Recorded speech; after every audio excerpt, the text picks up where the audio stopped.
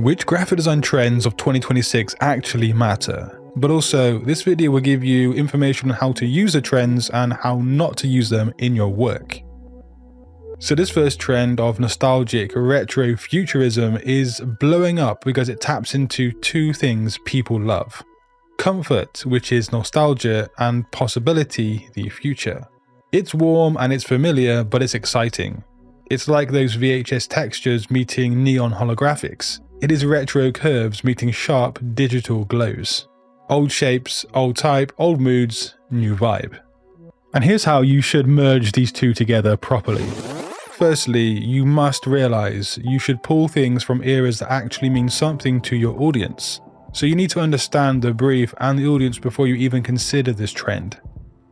So maybe it's the 80s chrome look, maybe it's 90s grunge sci-fi. Whatever it is, blend those influences with cleaner modern looks so your work doesn't look like pure nostalgic cosplay. And look at these two posters. This is retro-futurism done right. They do pull from the past without getting too stuck in it. The colours, they do hit you first. You know, it's those deep purples, those neon oranges. Those hazy pastels that feel like they're straight from manga covers or 90s sci-fi VHS tapes. There's grainy textures here, there's halftones, there's warped grids, all the stuff that reminds you that design used to be printed, used to be imperfect, essentially human. And then the future crashes in with chrome surfaces wrapping around faces, holographic lighting, fluid metal shapes that bend like liquid technology. And the layout is pretty modern as well, and that's why it works. It hits nostalgia and curiosity at the same time. It's familiar enough to be comforting, futuristic enough to feel exciting. But with this trend, it can even be something as simple as adding in an iconic nostalgic element, like on this poster design where I highlighted the Japanese toy we went crazy about in the 90s, the Tamagotchi. So if you get this right, your audience will feel two different emotional things at the very same time. Something old and memorable, but then something new and exciting, and then that becomes something uniquely yours.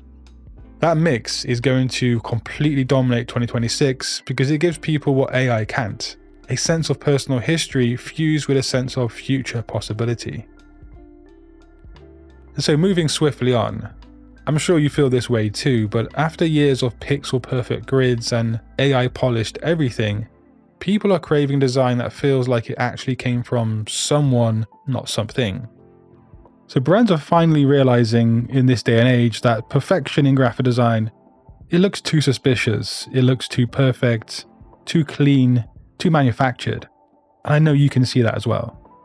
This trend rises because it brings back texture, personality, wonkiness even, and the little flaws that make a design feel alive.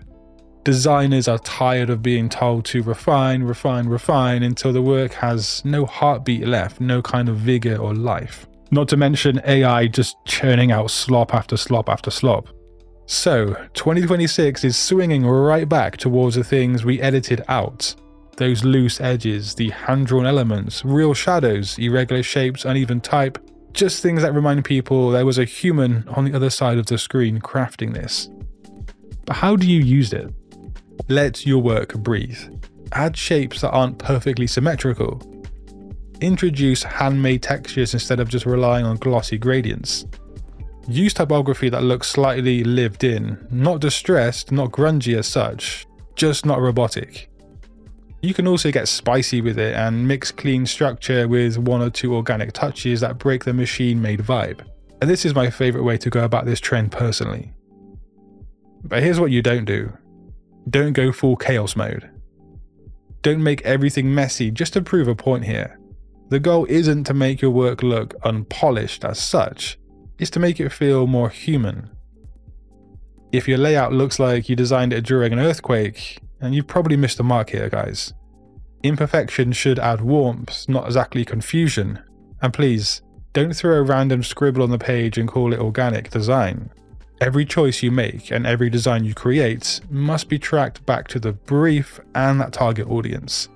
So don't just jam a trend into a project for fun or for the hell of it. Now let's talk about the trend that refuses to go quietly. Hyper-bold typography and high-contrast layouts are going to be almost everywhere in 2026, and it's already heading that way now, and that's for a very good reason. We're designing for an audience that is scrolling faster than any generation before them. They rarely read more than a couple of words, they simply just scan. People don't really tend to pause on subtlety, and what they stop for often is impact. So hyperbold typography gives brands something priceless in 2026, instant recognition. This is a functional trend, for sure. Bold type works exceptionally well in environments where attention is brutally competitive. So hero sections, social ads, billboards, packaging on crowded shelves, fast-paced UI moments, and any place where the message must hit in under a second. And when done correctly, typography becomes the visual identity itself. The shape, the voice, the attitude, all of it becomes that voice. And brands love that because it scales across all platforms with zero loss of clarity. But here's the challenge. The difference between impactful and messy ultimately comes down to the discipline in the designer. Controlling rhythm, scale, spacing, things like grid tension, and deciding exactly where the eye should land first. And when designers understand this fact, bold typography can be one of the most effective storytelling tools you have right now. By the way, while we're talking about improving your creative process, I want to show you something that's genuinely been blowing my mind over the past few weeks. I'm sure many of you have heard about Luma AI, but I've been experimenting with their new model, Ray 3 Modify, and it's built for hybrid AI storytelling. And it's where real performances and AI enhancements work together, and for full AI productions that need precision and control. But what sets it apart is that it actually preserves the physical logic of the original shot. It is the closest thing yet to true AI post-production. But the reason I'm mentioning it today is because, as graphic designers, we are constantly trying to visualize concepts for clients.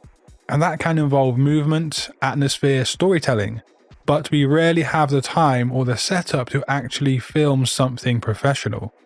Luma AI's Ray 3 Modify completely removes that barrier. And what I've been doing is starting in draft mode, which is 5 times faster and cheaper, sometimes just like a design I'm working on. And it gives me a moving version of that design in a few seconds. And once the vision feels right, I then run it through the hi-fi diffusion to get a proper 4K HDR output. The feature that surprised me the most, however, is the visual annotation. Now you can literally draw on an image, like a motion arrow or where a character should look, and Ray 3 Modify follows it exactly. It actually understands creative intent instead of guessing. And that's the part that feels next level compared to every other model I've used. And so if you are someone who wants to bring your ideas to life without needing a camera or a team or a week of production, you can try Ray 3 Modify and Luma AI for yourself via the link down below. It might just open up a side of your creativity you haven't tapped into just yet. And I'm also going to leave that link in the pinned comment as well. So design in 2026 is breaking out of the flat, two-dimensional box. And I'm sure many of you listening to this will be very, very happy about that. Multi-dimensional visuals simply means using 3D forms, layer depth, motion cues, shadows, and perspectives to make your design feel like it actually does live fully. It is about creating visuals that feel physical, immersive, and alive, and often mixing up 2D with 3D elements, which I simply love and always have done actually. And this trend is blowing up because people are tired of designs that look like stickers on a screen.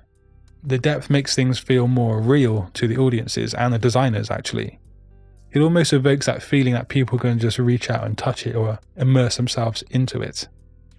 And in a world flooded with AI-generated wallpapers, designers are turning to dimensionality because it stands out instantly. It does feel genuinely crafted. But again, how should you use it? Keep it simple. All you need to do is to add one strong 3D element or a clean sense of layering. You can add other 3D elements behind or elsewhere on your designs, and this will create an even deeper sense of depth. But this works really well when you start to add in 2D elements, so bold typography in 2D, for example. And you can use depth to guide the viewer's eye, and so one element pushing forward, another sitting back in the shadows.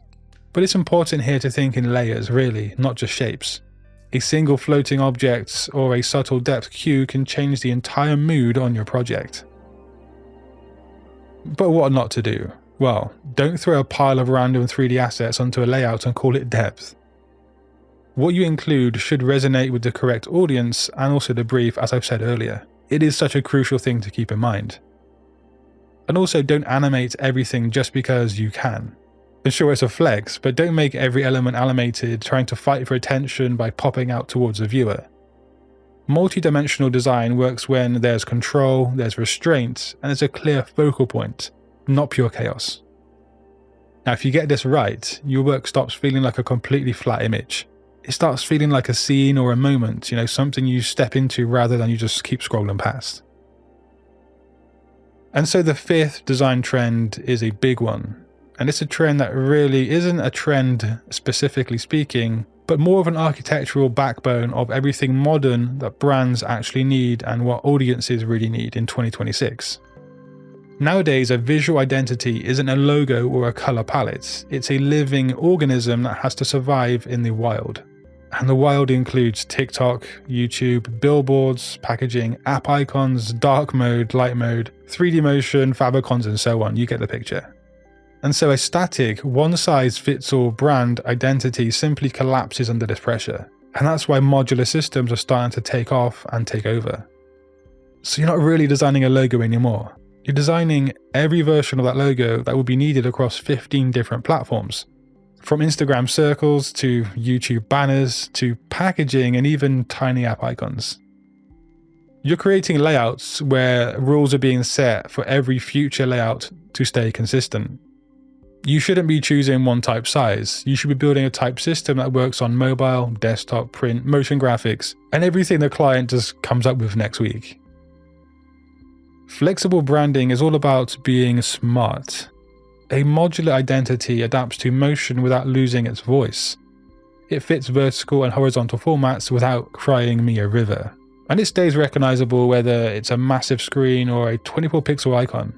And designers who can master this way of thinking will own the next decade, especially when it comes to branding. And that's because most brands, or at least the decent paying brands who have a good future, they're not shopping for logos anymore. They're shopping for systems that can live, that can scale, that can shapeshift and actually survive the internet. So there are some trends for 2026, and importantly, how to use them and how not to use them.